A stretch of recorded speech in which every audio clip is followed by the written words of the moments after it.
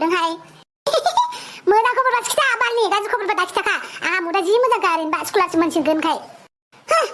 स्कलारशिपनि खबरखौनो खिन्था नागिरदों आरोहाय स्कलारशिप जोंना केन्सेल जाबायना रिजेक्ट जाबाय स्कलारशिप रिजेक्ट जाबाय आंहा एसेबां सिमां दंमोन बे स्कलारशिपनि फैसाखौ लानानै मा जाबावगोन दालाय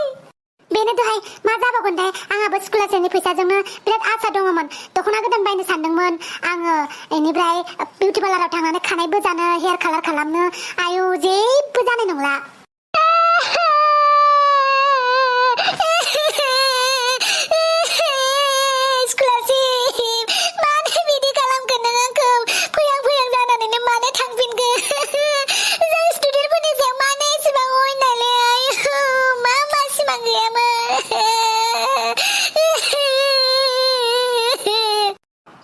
हामबायसै दंबावो जेबो नंला बयबो स्टुडेन्टफोरानो मोनखायाखै जोंल' नङाना बिदि होनबा जायाथ' आंहा जिमाव थांनो गोनांमोन स्कलारशिपनि फैसा मोनबाथाय जिम जइन जानानै आंहा मोदोमखौ फिसा खालामनो सानदोंमोन दाथ' रकेट आंखौ फसायनायानो नंला आं रकेटनि थाखायनो मोदोम फिसा खालामनो सानदोंमोन आंखौ जोगोनार होननासो बासिसिगोन इबो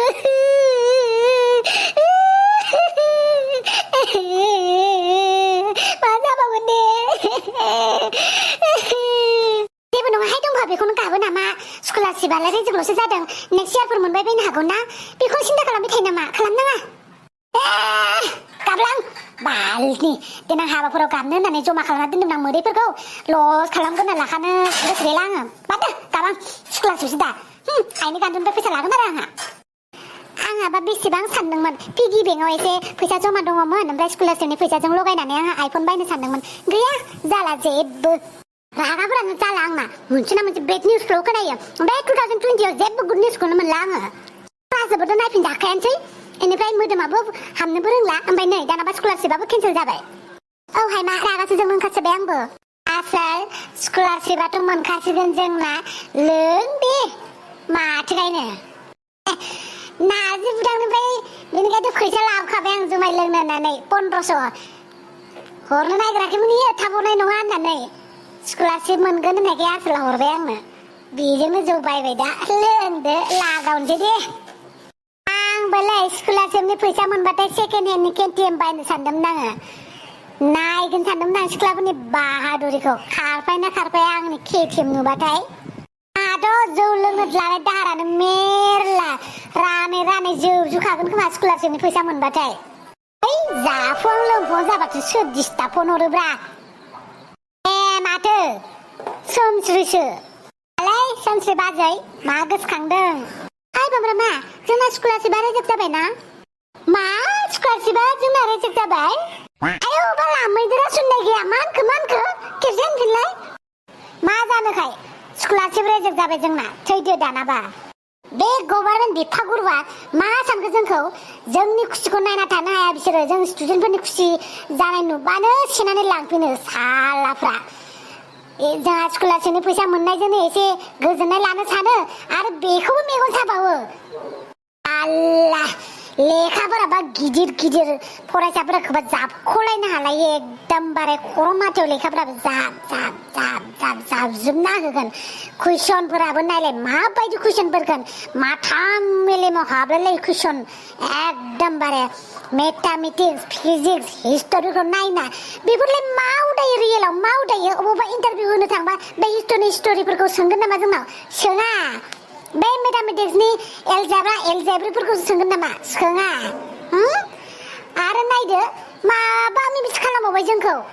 साइन्सफोरावबो माखौबा H2O नि फर्मुला होन मा होनना बुंगोन बेनिफ्राय बेखौ जों जुदि हटेलफोराव रेस्टुरेन्टफोराव H2O लागे होनना बुंबाथाय सोरबा बुजिगोन नामा बुजिया घन्टानि साला लेखाफोरा जोंखौ बोरैबा बरबादसो खालामदों नंलायलाङोलां औब्रा बे मेथामेटिक्सआनो आंनिखौ बांसिन खर' जायो मायाव उदायो बे A+B² 2AB फोरालाय बेफोरखौ जों अबेबा दखानाव थांनानै A+B² होनलायलायनानै फर्मुला बाहायगोन नामा अबेयावबा हटेल रेस्टुरेन्टफोराव अबेबा इन्टारभिउफोराव बेफोरखौ सोङानो माथो गोदाव सोराव माथा खाथिनाङो जोंहासो क्लासफोराव थांनानै बेनिफ्राय आरो स्कलारशिप सेफिनगोन जोंनि माथाखौ जाबा जानानै हिस्ट'रिफोरावबो राजानि नामफोरा गोलाव गोलाव खारैलायनो हालायो बेफोरखौबो जि माथा मारिनांगौ जोङो जि मखस्थ' लानांगौ स्पेलिंफोरखौबो मोनसेबो भुल जायो ओमफ्राय मोगथाङाव सोर खबर लादों जोंखौ हिस्ट'रिनि सोर कुइसन सोंदों गैया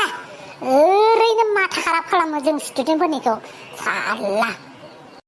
मालाबा थिगखौनो सानो आङो गोदोनि बिफाफोरा